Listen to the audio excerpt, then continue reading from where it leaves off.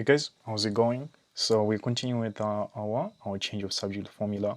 We managed to cover, I think, about 10 questions, 10-ish questions as of now, and we're going to cover more. Okay, so we explained some of the stuff, and now we want to get into the more complicated questions. Some of them we actually create, not from here. Okay, so the first one that we want to do is this one here. It's Q. Okay, so I want to do Q, and then let's see how that goes. So we have x equal to this much, and then we want the value of c here. So how would you go about it? So x is equal to negative b plus, so this is the quadratic formula. You'd actually have it as negative b plus or minus, but then just to simplify it for you, they've put plus, which is quite generous. Okay, so this is it, and you want c. So let me actually write here, you want c, and you want to make c the subject formula. So how do you do it? Again, what I explained to you in the previous videos. Essentially, the idea of a change of subject formula is a rescue operation. In this case, we want to rescue c. We want to make it such that c is equal to something, and then that something doesn't involve c in any way. And we get rid of stuff in steps. So here you can actually see that negative b plus square root of b squared minus 4, you see here, it's a train. We call this a train. Okay, this is what I call it. It's a train. So you don't want to touch that, especially when you have divided by 2a here, because this 2a is affecting both of them. This one's may be different, but then they're being affected by 2a, both of them. So what you do is you get rid of the 2a first. So we're going to get rid of the 2a first. So to get rid of the 2a first, you have to multiply both sides by 2a, just like what I explained in another video. This 2a, it's divided, so you have to multiply it to get rid of it. So here you'd get 2ax is equal to negative b plus square root of b squared minus 4ac. Okay. So for the same reason we got rid of 2a first, we can't actually get rid of the square root because of this. The square root is affecting this part only, but then this part here, it's affecting the whole of this train. So we have to take it in steps and then get rid of this one first. So to get rid of this one, you get 2ax plus b here.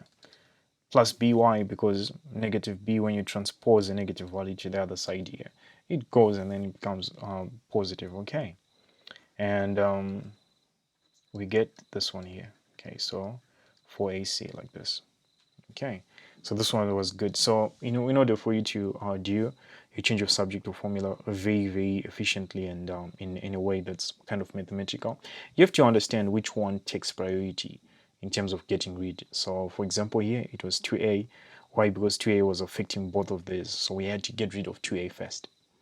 The way that we get rid of it is to multiply both sides by the factor. Okay, so here now we have this square root. Now it's the dominant, just the dominant mathematical operation here on the right hand side, and it doesn't have any negative b, which is separate. So now we can actually get rid of the square root.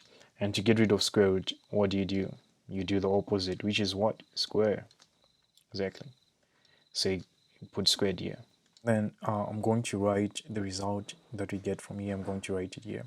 It's equal to we get 2ax plus b like this squared. And remember we want to make b the subject of the formula, so we're going to get rid of this part here. So you get b squared equal to 2ax plus b like this squared plus 4ac. Okay, so now we have b squared. We just have to get b here. So the way that we get b is to square root both sides. Okay, since b is squared, the reverse would be to check the square root of both sides. So the square root of both sides would get b here, and then here we'd get square root of, if you want you can just say 2ax plus b squared here plus 4ac. Okay, if you want you can expand this, but that's an extra step. You actually don't need to do that part. So this is what we'd get, and let's just do another one. So let's do a simpler one this time, and let's do this one. So we want to make g the subject of the formula. So how do we go about it? So you have W equal to square root of G over L like this. So you want to make G the subject. Okay. So the way that you do it is you would see on the right hand side that G and L, both of them, they are under the square root, the dominant mathematical operation there. It's actually the square root sign here. So we want to get rid of it. How do you get rid of square root sign? You have to square. The opposite of taking the square root is to square. Okay, so you want to get rid of this, you have to square. So you get omega squared equal to, so this one we call it omega, it's not actually W, but we can say W, it's still fine. But then this one is the small letter omega, I mean Greek alphabet. Okay, so G over L. And interestingly, if you're doing physics, G would be the gravitational acceleration near the Earth's surface, and then L would be the length of the string. Okay, for simple harmonic motion. So here, to get G, we would have to get rid of this L here. It's divided. So to get rid of L, we have to multiply both sides by the L factor. Okay. So by multiplying both sides by the L factor, we get G equal to. So I'm writing for this part here. So this one will be cancelling, and then you get G equal to omega squared L like this. Okay. So this is a very familiar formula if you're doing all physics. So let's do one quick one. So let's say C. Yeah, let's do C. So C is simple. It's 2 equal to 2 pi r. This is the formula for circumference. It's equal to 2 pi multiplied by r, which is the radius for our case. So you want r, so you can actually do it in one step and just divide by 2 pi here. So you get r equal to, this one's they'll cancel obviously, then you get C over 2 pi. Okay, we are almost done. I think we're left with one, there is 2 here, so that's 3, and then we have 5. We actually have 6 questions. So we're going to start with the easy ones. Okay, so D, it asks us A, which is area, it's equal to half BH. Okay, our base times height, which is this is a formula for area of a triangle where we know the height. Okay, the other area for triangle or for the area of a triangle would be this one, half r squared theta here.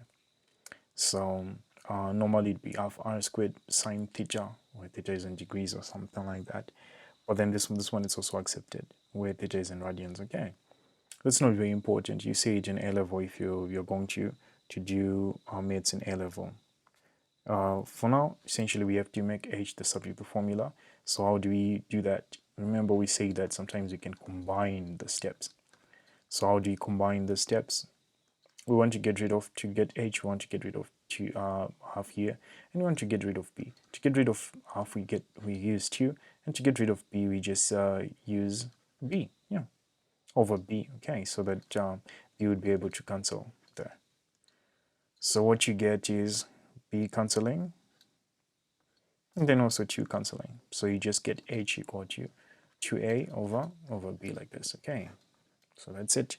So you're done. And let's do, which one? Let's do this one. So E, let's do E. It says E equal to mc squared. Okay, this is the energy mass or equivalence or energy mass conversion. This was Einstein's work. Okay, relativity. This was groundbreaking.